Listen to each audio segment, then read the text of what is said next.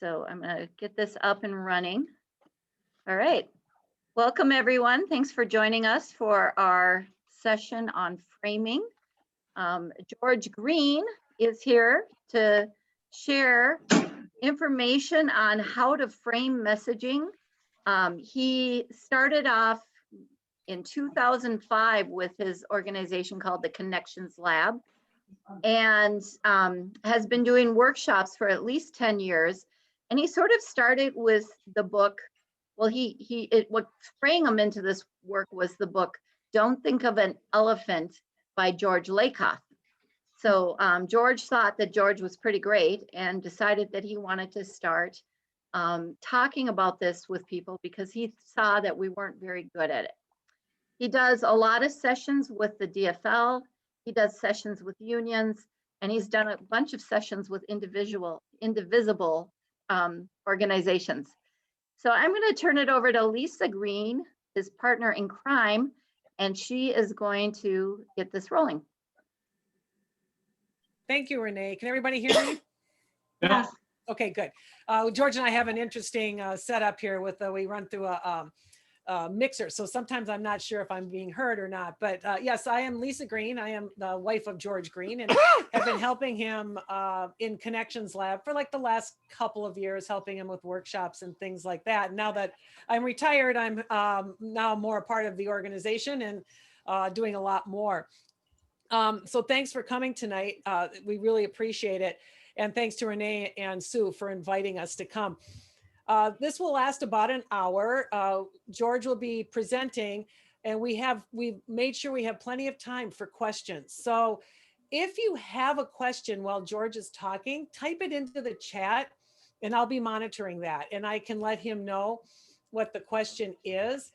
And I would just suggest that you just keep the chat open anyway, because what I've found, and maybe you have found in your meetings, is that people just type in interesting things into the chat. So you kind of, we all learn from each other, right? So, so yeah, we'll just get started here, and I'll just ask if you can mute your microphones while George is presenting, and like I said, then type it in the chat. And if we have a bunch of time at the end, we can maybe just open it up for a little more free form, but we'll see how that goes. So, so now I will just turn it over to George, who is going to do the bulk of the presentation. And bulk indeed. I've been adding on to my bulk lately. This has been great. When Renee said she wanted to do this, I thought it was just a great idea. I really like doing the work we do when we're doing it with a group, a cohesive group, because I can see many of you have probably been activists for a long time. And so the best thing, actually the heart of organizing is community.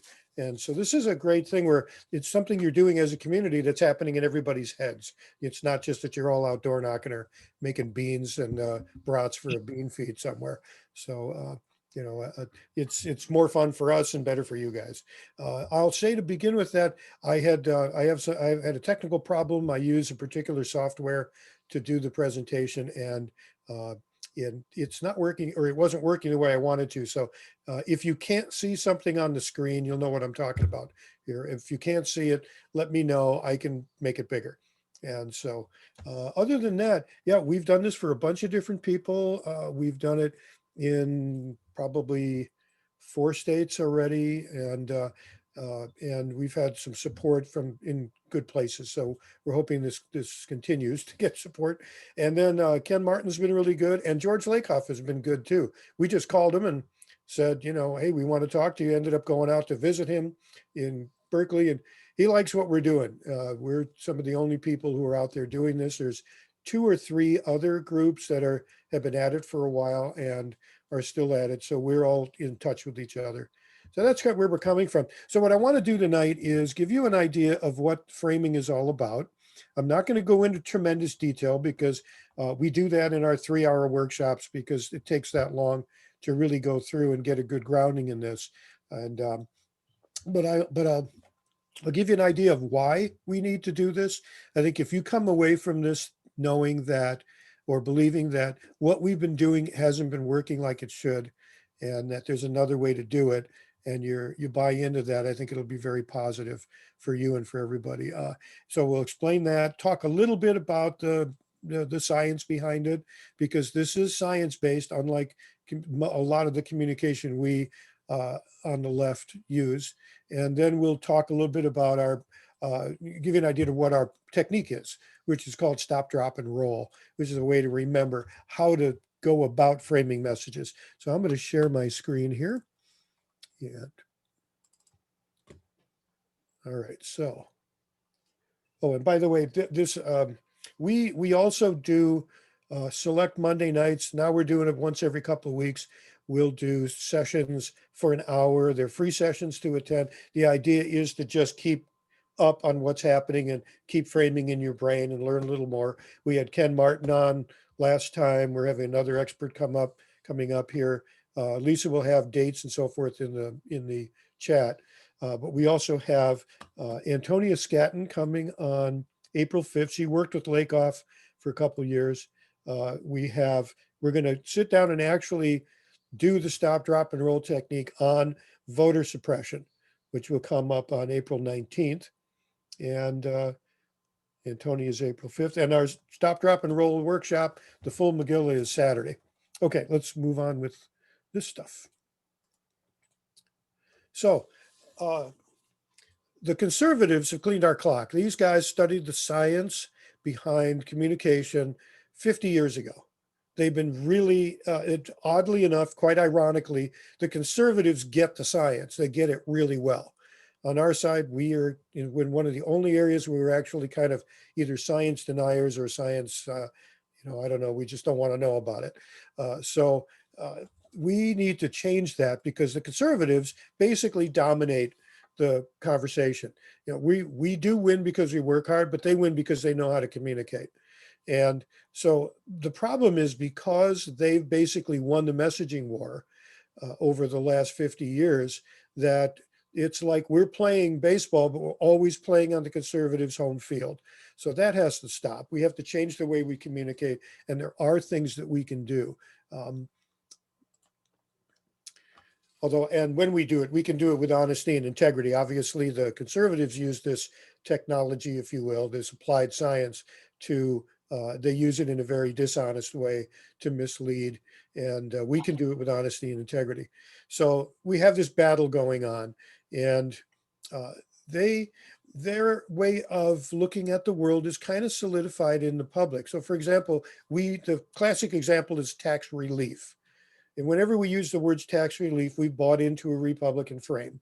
And that's the frame that taxes are somehow a burden that needs relieving, and that you're a victim, and that they're the heroes coming to save you. This was consciously brought about and pushed on the conservative side, rather than looking at taxes, for example, as a duty or just a responsibility to pay for things we've already decided to do.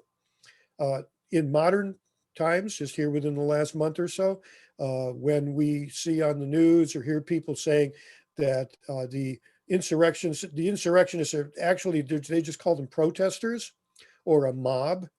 And there's the protesting and mobs are somewhat spontaneous. There's nothing spontaneous about this planned attack on democracy.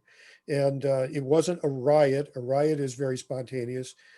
And so we have to not use those words. We'll talk about that a little bit more. But this puts our candidates, when we don't have our words down correctly, when we're not really thinking about what we're saying and how that lights up in people's brains, it causes a number of problems. But the people who pay for it most are our candidates. And our candidates go out there and they're talking to a voting bloc, whether they're left or right, who've been steeped in conservative talking points for decades. And unfortunately, that causes them to do whatever they have to win, which, as we know, it means a lot of candidates move to the right to win. Anybody can see where that's going to go. And somebody who's not an anybody, Harry Truman, I'll bring this up here. Harry Truman said, give people a choice between someone who acts like a Republican and a real Republican. Voters will pick the real one every time. And I think this explains why over the last well, up until this moment, for almost this last 50 years, the Republicans, who have now gotten to be a party that's completely off the rails in terms of logic and facts and reasoning, how we basically just managed to barely beat them. This is after years of this crazy stuff. And it's because by forcing our candidates to move to the right, that's also pulled the electorate to the right. I think people are wrong when they say the electorate moved to the right, so our candidates have to pull to the right. That's not helping, thinking of it that way. So let's take a little quick look at the science.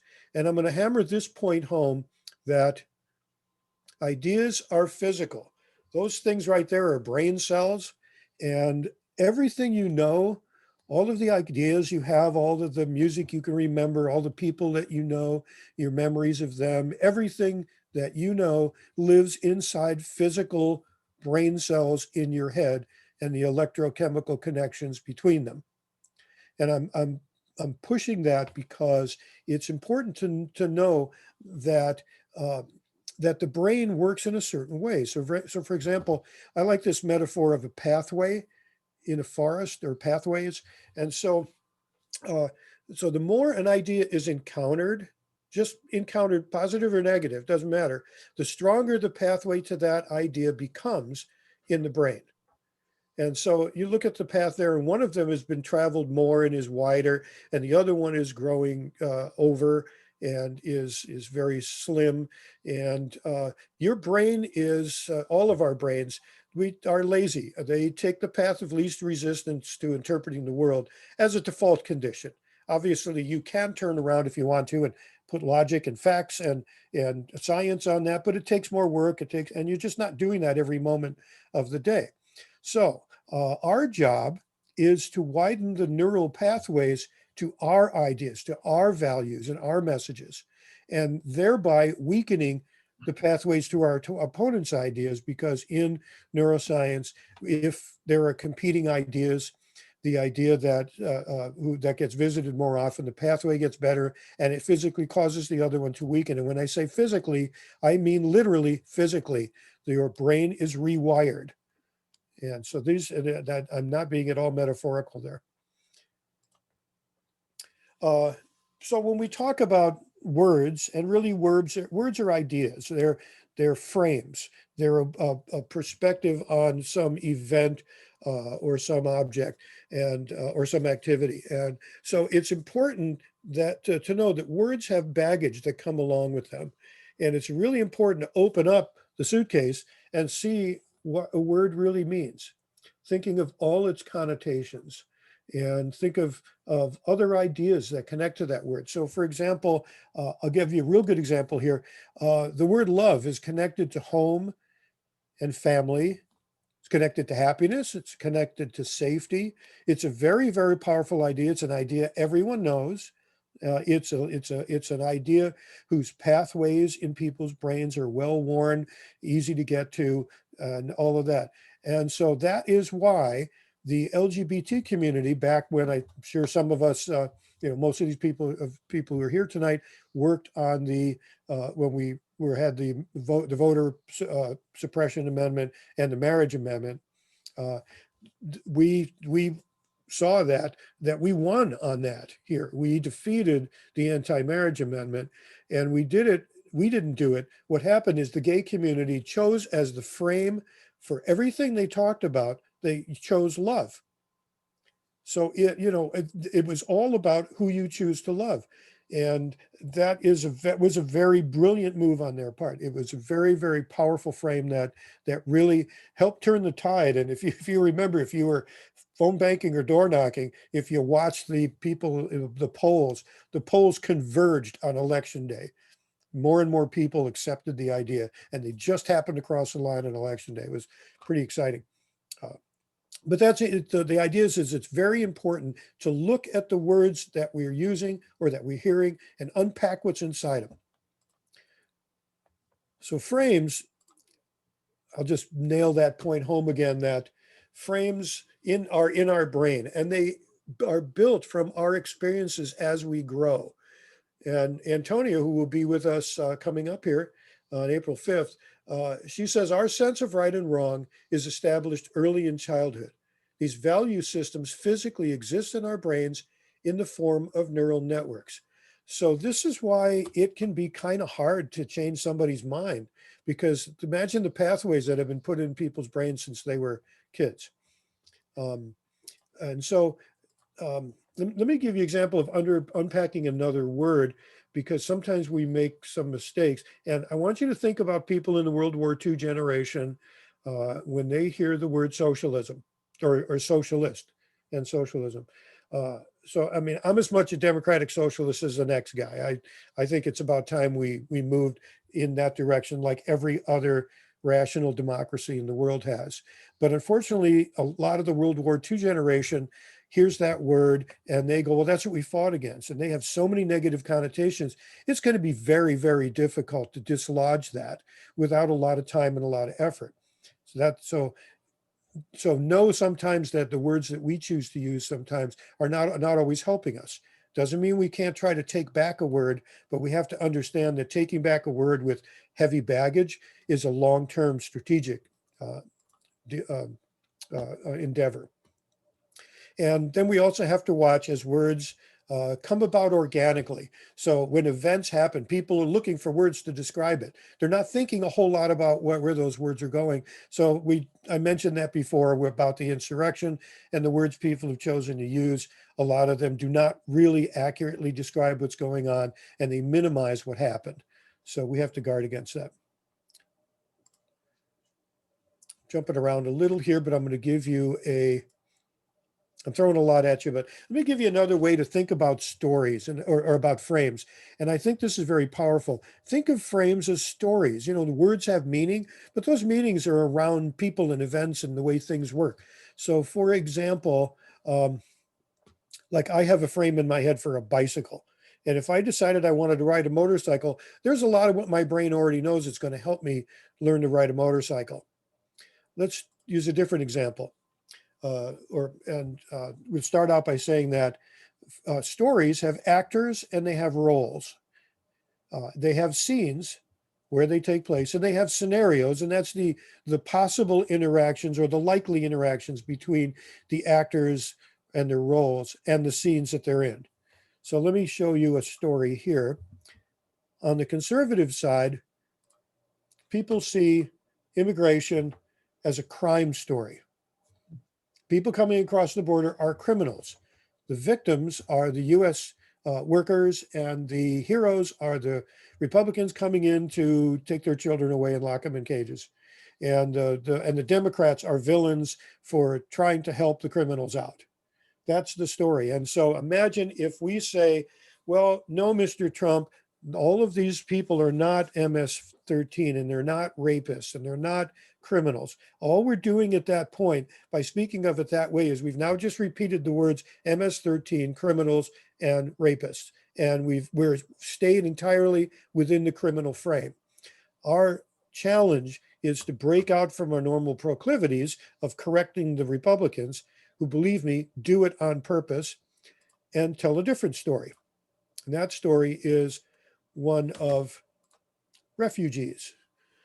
What does it take for a family to take their children by the hand, leave their home, their family, their jobs, their churches, their communities behind, and walk 1,500 miles to cross a dangerous border, only to find that their kids may be taken from them and they'll never see them again, and everybody gets locked up in cages or chucked back across the border? What makes somebody decide to do that? And what that is the terrible conditions where they're living. You don't hear this on the news. I don't think I've seen a report on Guatemala or Honduras or Nicaragua or any country where people are fleeing to come here. I mean, you hear it mentioned that, well, they're fleeing things, but you don't see the reports. We're not talking about it. We should be. So we need to change the frame. So that is a real quick look at framing and the science. The question I'm sure everybody has is, well, then how do we do this? What method can we use? I kind of hit on an idea a while back, looking around for a metaphor about a process that I'd been thinking about to help people to remember this. And I hit on stop, drop, and roll. And think about this. This is the thing that they teach children and everybody about what happens if you catch on fire. And if you catch on fire, the first thing people want to do is they want to run. That's the intuitive thing to do. So you actually have to be taught, and kids are told to practice stopping, dropping, and rolling. When they're on fire, you have to stop and not run. Push aside that intuition, and then drop to the ground and roll around to put the fire out.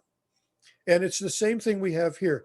We're running around doing communication that is either not effective or hurts us. Not all the time. Biden has been excellent on framing, but it's not part of the liberal culture. So we want, we need to change that. And this process, stop, drop, and roll, because it's not intuitive. This is a way to remember it. So the first step in thinking about framing an issue, whatever you choose, is just stop. Don't respond. I mean, you don't always have that luxury, but think about these issues. They keep coming up. Don't just respond. Think first. And the thing you want to think about is start collecting, writing down what everyone is saying. What our side's saying, what the other side's saying, what the news media is saying, what people on the street are saying. Just start writing that stuff down. Brainstorm it. Put it all out there. And then take a look at what's in there. Take a look at the words and at the frames, and see which work for us and which don't. And that takes a little work. And in fact, we'll be doing that on April 19th about framing voter suppression, and we'll go through that process with everybody. It'll be highly interactive. Then the thing you want to do, now that you have some information about what's going on, and you notice what I didn't say in this frame was go collect all the facts and the logic and all the statistics. I didn't say that. Just remember that. Okay, then in the next phase, George, yes. before, Karen had a question and she was going to ask about Biden reframing. So Karen, Okay. you want to unmute and kind of explain that question? Well, I've noticed he's reframing, and I guess I was wondering if you could talk more about that and what he's doing and how he's doing it. Sure. Yeah. He's doing, and you'll see in the next slide that he's avoiding making some major mistakes. That's really important. And so think about what he's been doing. He has been, well, you know what? Let me answer that right after this next slide, because let me show you what things we need to avoid, and then it'll make more sense what he's doing. The first thing is don't use conservative frames or code words. Don't figure out what they are. We can help you, but don't use them. Then drop the facts and logic. I'm not saying never bring out a fact, never reason to a conclusion, but our first, we lead with facts and logic. We want to prove that we're right. Trust me, the conservatives don't care if they prove that they're right. They will say whatever they need to say.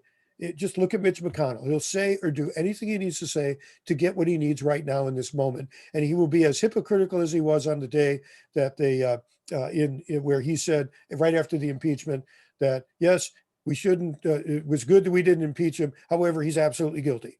They will say whatever they need to. But the facts and the logic, unfortunately, tend to bore people to death. It also means they're turning on the part of their brain that's analytical. More energy, more effort. It's scarier to people. A lot of people haven't thought issues through. So if you come with facts and logic, you're not making a friend there. Avoid debunking. Don't spend time going and saying, well, but you're wrong about that. You're wrong about the MS-13 and the rapists and all this.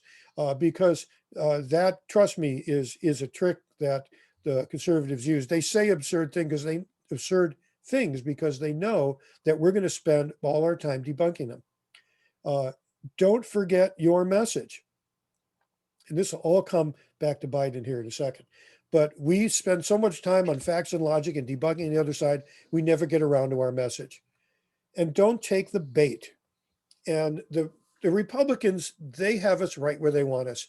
They do this crazy stuff. They say crazy things. They love this QAnon stuff. The people who come up with these wacky ideas, the strategists, they love this because we're sitting there trying to debunk crazy ideas while they're accomplishing their prime directive, which is to concentrate wealth in fewer and fewer hands, which every policy you see that they come across with basically serves that end. And to distract from that, they have all these other things. Don't take the bait, stay away from it.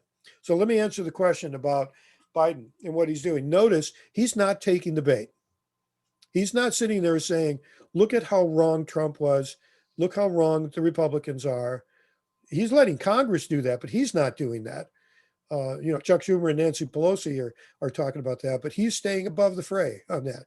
He's not repeating their code words. The stimulus that just got passed should always be referred to by its name, the American Rescue Act. It was a rescue plan. Think of the frame that he's got there.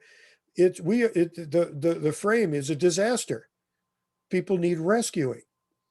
That's a whole lot different than what the Republicans have been talking about. So he's got that going for him. He's saying things the way he wants to say them. He's not responding to what Republicans are doing. He's not laying out facts and figures and statistical tables and charts and graphs on the screen, which luckily for Joe Biden, he's a naturally authentic, emotive person who deals on a personal level, people to people. You watch him when he's on the camera, he's looking right in it and he's talking to you. And so he gets that. So he's been very, very good at that. And Jan Psaki is also a very skilled person in avoiding taking any bait from the Republicans. So that's how I think that the most success has come about there. Did that answer your question? I'm sorry, I went on. Yes, it did. Thank you. Okay. So that second step of dropping, this is very important. If we just stop making the mistakes that we make, we'd really help out a lot. I don't want to hear another Democratic debate for the endorsement where it's basically a litany of Republican talking points. In fact, some of the candidates said it. Well, you guys are just using Republican talking points, and those same candidates turned around and used Republican talking points. And it's a rookie mistake, and it's one that, you just do one of those V8 things. Gosh, you guys got to get this. So the next step in the process is to roll with a well-framed message based on our values. We spend a lot more time on values in the larger workshop, but any message that you have on the left can be expressed in these values in one way or another, whether you explicitly use the word or whether your story or your presentation in one way or another is grounded in one of these. These are just words that I spent some time going on and researching to see what words people use to describe liberals. And liberals is the only fully encompassing term that takes all of us into account. That's why I'm using that. So empathy is at the top of the list.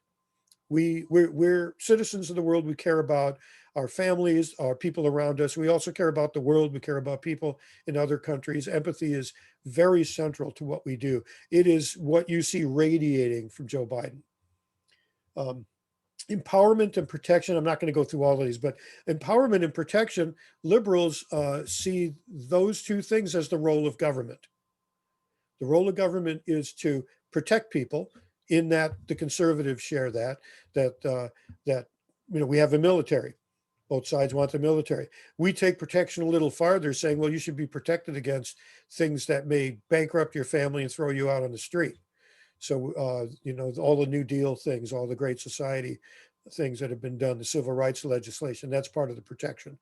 But the other thing is empowerment. We don't talk about this enough. Liberals are all for saying, if there's something that can help the country out, maybe it's an idea that we invest in it, like the internet, like basic research at universities. And maybe we invest in early childhood programs and in meals, because these things pay off in spades down the road. So government can be used to empower people, to give them the tools that they need to succeed, to make sure that there's, safety net's a word, but there's not a floor that you're going to sink beneath without us, the rest of us caring about each other enough to say, we're going to come give you a help here at this point to help you get farther along in your life. I'll pick out fulfillment. We think it's just fine for people to have fulfilling lives. It's not just that you're a worker and you produce money and that keeps the economy going. It's also very important that people are fulfilled in their lives. Otherwise, what are you living for? If all you're going to do is get up and go to work and not ever have any fun or enjoy art or music or whatever, or make it yourself, that's very important. And then I'll go down to public support for private success. This one, George Lakoff, he said, look, if there's anything that you're going to tell your people, tell them this, that public support for private success, and this is kind of wrapped up in the empowerment, but that we as citizens have every right to say that we want to invest in a court system or the FAA in order to make sure that our country works the way we want it to. And there are some things that we'll do that companies can't do because the profit motive gets in the way. But a lot of things we do help companies out and helps out in private success and in for individuals and for companies. And then progress, which is I'm kind of glad we've gone back to the progressive ideas of Roosevelt's time, in that we see change differently than Republicans do. So Republicans, I think the best quote I've heard is from William F. Buckley, who said, "I stand to thwart history and yell stop," which is basically his definition of conservative. And I think our definition is, no, the world is going to change. There's nothing we can do about that. We welcome change. We're going to be prepared for it. And so with that, progress is part of what we do. We make sure we know what's happening. So this is why we go through and actually have in our workshop, we have people go through and do this, but you can just practice. Next time you're thinking about an issue, just kick back, try to stop for a minute, think about what people are saying, write down the words, look at the words and say, well, we probably shouldn't use those because those are the words that the Republicans are using. And then go on and say, well, how can I talk about this issue in terms of these values? And if you ever get stuck, then just think, I'm going to think about how this affects people. How does this affect people? And tell a story about people, a story that someone told you or that you experienced, because if you go secondhand, third hand, then it'll be, you won't come across as authentic. But start collecting stories and do that. And you'll find that this will start coming to you. You'll start noticing things. It takes a while. I work on it all the time, but that's what happens. If you're serious about it, that's what goes on. So I went through a whole lot in what I hope is a relatively short amount of time, because I want to make sure we have some questions. So I'll stop sharing here for a minute, or for now. So do we have some questions in the chat? No. So if anybody has a question, go ahead and unmute and ask the question. Or a comment or anything. I know I went really fast and just touched on. Somebody raised, yeah. Okay. Alyssa? Yeah, so I just wanted to say thank you because I think this is great. We have, I think that's something we all do. I think we all kind of kick back every time we hear MAGA or we hear, any of their little talking points. We all want to send like this notes things, and we want to send all the things to debunk their claims, and then we get stuck, in the newspaper or the comment section and just fighting and being mad about it instead of doing what we need to be doing and actually progressing. So I'm really interested in hearing more about the different values too. And because all of these things were great. Well, thank you. Yeah. Thank you. You bet. And Wendy, is that your name? I'm sorry, it just says W. Yep. I think Karen. Yeah, Wendy Schoen, I'm sorry. I've had some ongoing conversations with a conservative person, and they also use stories, talking about healthcare. This person will bring up, she was married to a Canadian who had dual citizenship because he fought in the Vietnam War. And his parents had terrible health care in Canada because they had to wait, and she almost went blind. And, so she also has stories. What does a person say to that? because their stories also can be empathetic. Well, think about, so you're having a conversation with a conservative who you may not, be able to turn anytime soon. So let me first say that there are conversations you have with conservatives, but there are conversations we have with the threes. If you've done a walk sheet, the threes on a walk sheet, the people who are, in between, or they're leaning Democrat or leaning Republican. When we're talking with those people, we're under no obligation to bring up or counter what the Republicans are saying. We should spend most of our time at that point talking about what we want to talk about and do it in the way we want to. But what basically you're talking about is what I call the Thanksgiving problem with crazy Uncle Fred. And so what happens is, here's something you can do. And it's curious. The Republicans have been so disciplined about their messaging that they tend to they settle on one or two useful messages, and then they repeat them. Now they've been doing this for 50 years. Okay. So they've got a jump on us, but what's happened is a lot of people never consider there's another way to look at things. Let me give you an example. Julie, Ethan, and I know Renee was there, and some of the rest of you may have been at our workshop we did in Annandale. But Julie Ethan started Connections Lab with me, and or at least joined in 2010 or so. And her story is a perfect example. She grew up in a cloistered Christian family. She was a hardline conservative. Her and her husband had their own business, and she was talking to a friend of hers because she was getting her master's in peace studies. She's a very peaceful person, very nice person, and she said, my folks, my business, we try to get business, but we're up against people who are hiring illegals.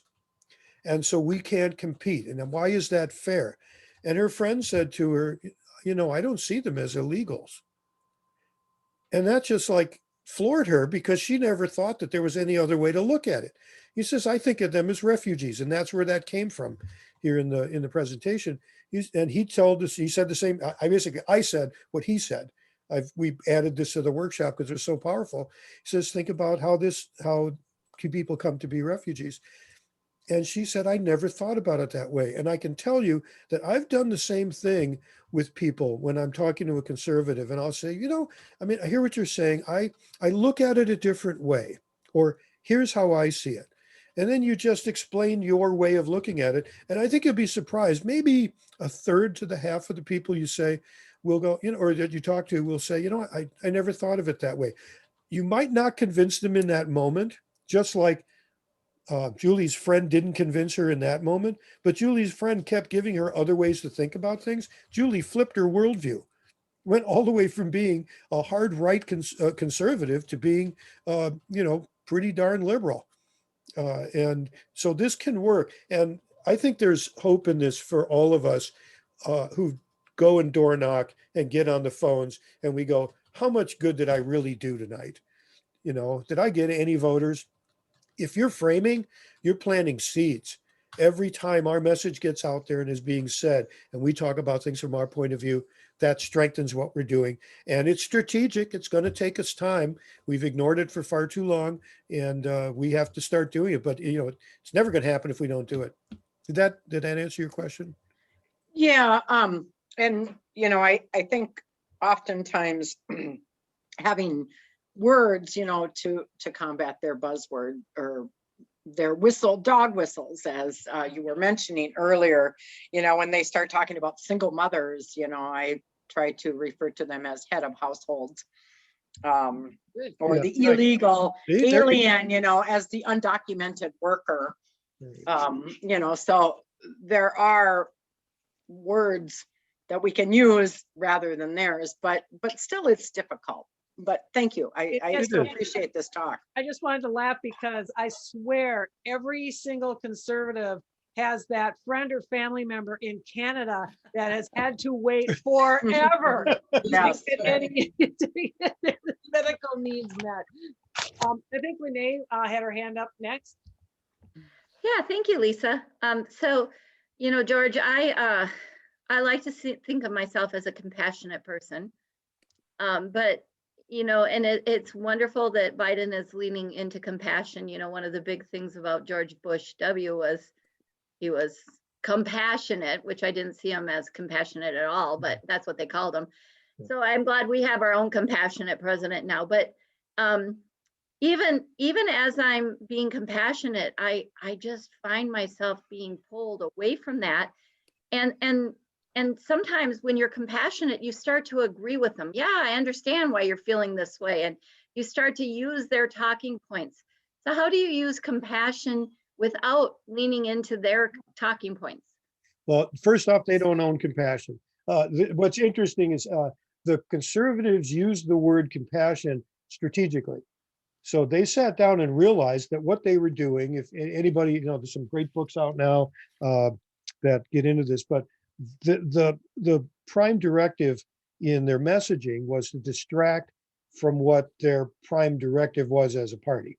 The prime directive as a party was to concentrate wealth and and do that by taking all constraints off the market. And so that's, so they do that, but they distract by doing things like using, by describing themselves as something other than what they're doing. So we say to them, well, that's not being very compassionate. People aren't making any more wages. Wages have been flat for 40 years. What have you guys done? You gave all the money to the rich people. And they go, we're compassionate, which I call it's called projection, but I like calling it I know you are, but what am I technique. What they use. So, be aware that they're doing that. I don't know if I've answered the question. I think I lost my train of thought. Yeah, there was another part to that of sometimes when you're leaning into being compassionate towards someone, you start to use their own framing words. So how do we avoid that?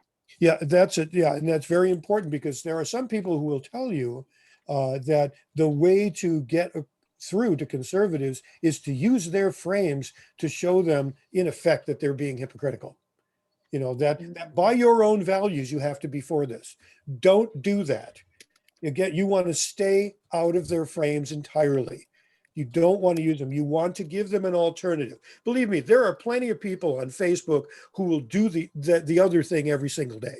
There are millions of people who will get out there and say, here's why you're wrong. And they'll just go for it. Let those people do that. Our job is to get out and change it. Get people talking about ours. Make those guys on the defense. And the way you do it is stick with your message. And talk about it and do it using values. One last thing about how to do it. What's interesting is that this is easier than knowing every last detail about every policy. And I got this. I was associate chair in CD3. Marge Hoffa and I worked together to get some really great voter turnout out there. But what I saw were people going out to the doors, and the volunteers were scared to death because they're going, what if the voter asks me something I don't know anything about? I'm gonna look like an idiot. And then you're walking up the door, you got your clipboard, your little, button, Joe and Kamala button up there. And they're looking out the door. They know it's election season. Oh my gosh, here comes a political person. They know way more than me. What if they ask me something I don't know? I'm gonna look like an idiot. So now you have two people scared to death. They're both going to look like idiots. And what are you armed? And of course you don't know everything about every issue. What are you armed with? A crappy script. Has anyone ever seen a good script? I never have. They're terrible. So this, if you put it on a values footing, if you talk about what's right and wrong, if you talk about people, then if you don't know that it's 97% or 96% of climate scientists say whatever and ever, it doesn't matter. You're not there to prove, that you're right. You're there to talk to people, to get them to look at it in a different way. Okay, Judy, and then Mark has a question in the chat. So Judy's had her hand up for a while. Yeah, I just following up with Wendy. I had a conversation with a conservative friend the other day, and just the point, to follow up on the point about the significance of the words you use. She kept saying that there were hordes of people coming across our southern border, hordes. And I said, well, where are you hearing this? It's everywhere. It's everywhere. I said, well, it can't be everywhere because I haven't heard it. And I listed, the news outlets that I follow. And I said, I've heard that there's more, not hordes, but more. And I mean, it's a subtle difference. And then, we talked a little bit about why that would be in terms of, well, what's going on in their native countries and the fact that Biden is promoting a more humane policy. So of course that's going to attract more people. The one thing I didn't do, I was tempted to do, and I don't know how you feel about this, because part of our conversation was about how, she was talking about what a strong Christian she was. I really wanted to say, well, what would be the Christian way to treat these unaccompanied minors coming to the border? I mean, really, what about that Christian frame? And it's a little bit of a sensitive area, but I was kind of tempted to go there. I'm wondering what you think about that. That's a really interesting question because Christians now, the variety of Christians is immense. And it's actually, if US, looking back in US history, it always has been, starting with the first pilgrims and a lot of the early New England societies. From that point, what's happened in America is that every single church that's sprung up ends up metastasizing into all sorts of other churches. And that just it continues to this day. And it's kind of like they are demanding ever more purity, so they break off and create another sect. And then that's not pure enough, so they do another one. That's the story of the Republican Party. No one was purely conservative enough. So the people who bought into the Republican talking points and the Republican worldview ended up, the party hoisted itself on its own petard because it said because they had people believe these weird things. But as you can approach this in a couple of ways. I think this is one of those areas where you're not necessarily using their frames. If you are a Christian, it's easier to say, well, as a Christian, here's the part of the Bible I look at when I think about these people, and then talk about that. You don't have to say you're wrong, but use that. If you're not a Christian, it gets a little trickier. It could come across as either attacking or trying to hassling them about their religion. So someone. Go ahead. And then Mark, do you want to unmute yourself? You had a question, Republican labels for their organization. Do you want to elaborate on that? Actually, I had. Oh, sorry. That's fine. I am just so aware of how words have been stolen sort of by the Republicans, the flag even. Mhm.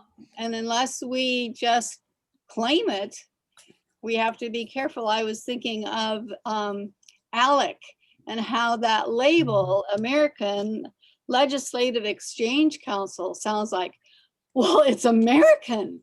And it is such a awful organization. Far right. And the center of the American experiment. They've just captured this American word and used it to their purposes. And so I just want to point that out and say, we got to claim some of those words back and some of those symbols. There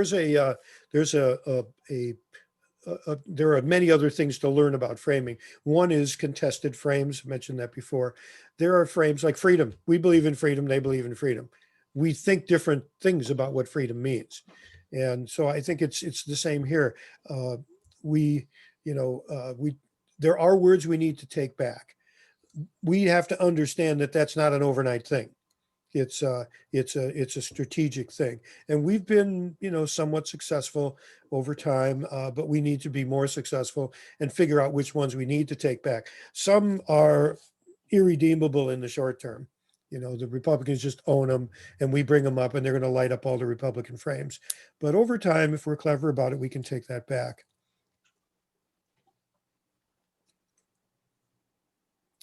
You talk about noticing words. Let me give you I once owned a Volvo a long time ago when I was in college, because I was told these are great cars, they never break, which anybody who's owned a Volvo will tell you is not true. They break all the time. They're expensive to fix, and you can't get parts, at least back in the 80s. Somebody else here is a Volvo owner? You know what I'm talking about. Yeah. And so you keep the things for 250,000 miles because you sunk so much money into them. You say, well, it's a sunk cost fallacy. So, but once you own a car, let's say you go out and you buy a red Volvo, within 2 weeks, you'll be absolutely astounded as to how many other red Volvos there are on the road. Mhm. And what I'm getting at here is that if we notice the words, if we just stop and think and just pick a word out of the news as the anchors are using them or whoever's being interviewed, just pick some words out and go, what do they mean by that? And start thinking about it. And all of a sudden, it'll come to you where when you start hearing words, you'll hear them differently. You'll immediately think to yourself, what does that mean? Where is he going with that? Why are these guys using that word? And if that becomes second nature, that's a simple thing to do. Just keep questioning. It'll start to make sense. You'll start to see things in a different light. You'll start to see how words have connections to so many meanings. Wendy had a Lanny? question, and then Lonnie. I want to know, because this happens frequently. I was just talking to a niece of mine down in Arizona, and it had happened to her where she had posted something on Facebook a while back about how sad it was that these children were being taken from their parents as the immigrants. And somebody said, well, what about those thousands that were aborted? Okay, so both are dealing with children, but they're completely different issues. And I find this happens frequently where issues get compounded and they're not even the same. We're not talking about the same issue. Can we break it down? How do you approach when that happens frequently? That's a good question, because what's happening is they're derailing the conversation. And sometimes it's intentional. I think for a lot of people who haven't been officially trained on the right, it's intentional in that it's happened. Their people do it so much that it's just becomes very easy for them to distract without even knowing what they're doing. It's what you can. There are various approaches to it, but one is you can say, well, we can talk about abortion if you like. I'd like to talk about this issue. If you think I'm being hypocritical, that's fine. But let's talk about this issue of people coming across the border and why these refugees get treated this way. And let's talk about that for a little bit. And then we'll tackle abortion if you want to.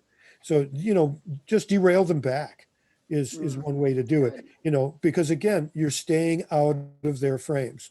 Because I was just watching, it was supposed to be a discussion. It was from Braver Angels, discussion on Voter suppression. voter suppression and voter suppression and voter fraud. So it was about both topics, but the conservatives were completely effective in making the entire discussion about voter fraud. Because they just kept coming, but well, yeah, but you talk about voter suppression. Well, what about this voter fraud? Did you know this? And they kept going on, and people are going, no, but that's not true. And they argued. By the time the thing was over, they barely touched voter suppression, or what I now call voter prevention. And so, we have to. It's a thing. Again, you have to stop, drop, and roll. It's not intuitive, but if you remember to stop for a moment and say, what's going on here? And you go off in your direction. Don't let your message be derailed. Lenny, I'm sorry if Lenny? I pronounced your name wrong. Did you have a question? Yes. There were about 25 of us, I think, from Senate District 29 that attended your training in Annandale Hmm. back maybe what, 2 years ago or more? I don't Yeah, know. Yeah, I that's think so. that's about it. Yeah. It's one of the last in-persons. We worked as a group, debriefing and coaching one another on your material. And we came up with this great idea we need to make a dictionary of terms and what the Republicans use and then how we could reframe it. And we worked on that for a while, but it just became exhaustive. Have you ever really put something together like that? That is a wonderful question. Yes, and no. Sorry. Yes, we have. In fact, we did framing the insurrection. We did a Monday night thing where we went through that. And we did make up not so much a dictionary. We called it a translator. Mhm. And my friend Hobart Stocking calls it replace or embrace. So basically, when they say this, we say that. And that's what, essentially what we're asking people to do. We've done some of those. We will do some more of those as time goes on. I think it's not a bad idea. Our focus, though, is that we want to get people trained to be able to learn this as a skill and to be able to do it on the fly.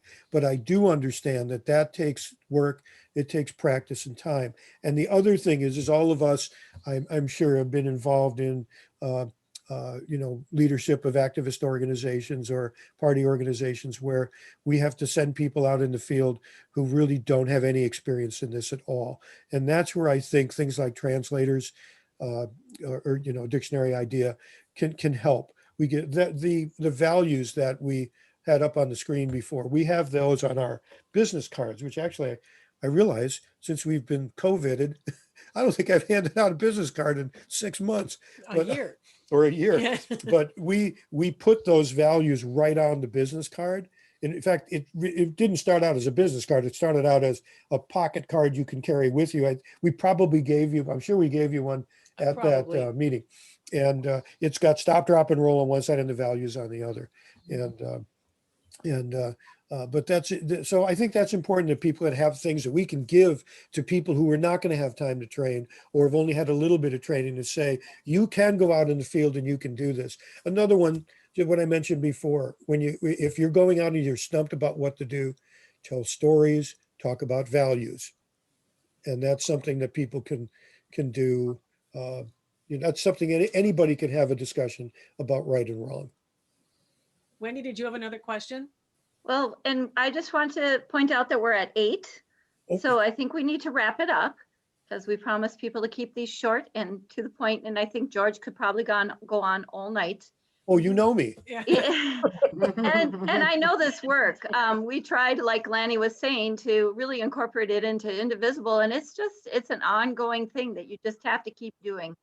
And So I really encourage folks to connect with George. You've re-inspired me, George, to relook at this and do some more work on this, because I know that the end of 2020, my compassion and my ability to frame things and not go, you're wrong, was going away. And so how do I get back to that place where I can, talk about what my values are and just really reframe it to being about a different set of values or different ideas than what they're repeating. That's just so important and hard to do. So thanks for the refresher course. I really appreciate you coming today and giving us an hour session. As Lisa said in the chat, we will be sending out links to their upcoming activities that are happening. I encourage all of you to look them up and get involved, and I'm going to be doing the same. So thanks very much, George. Oh, You bet. Thank you. thank you for having us. And it was nice Yeah. meeting everybody. It was real nice meeting all of you. And some of you. When is your April event? The April 5th is Antonia Scatton we're going to do an interview kind of thing. She's going to present. She does what I do, but she does it in Washington, D.C. And she spent a couple of years in Arizona working with the Arizona Democratic Party. And she's very interesting. She's a brilliant person. That's April 5th, my birthday. April 19th, we're going to be doing a more hands-on session on framing voter suppression. And Saturday, this Saturday. This Saturday, we're doing the 3.5-hour workshop. Excellent. So take a look for the Connections Lab. You can find them online. And I get their emails regularly, so you can sign up for emails. And thank you for all your hard work on all of this. Well, thank Likewise, you. Renee. Give them a big round of applause. Thank you. And thank you, and thanks, Sue. Thank For it. you. Thank you, everybody. It was Thank nice you. to meet you all. Bye, everybody. Thanks again. Thank you. Bye-bye. Bye. Thank you so much.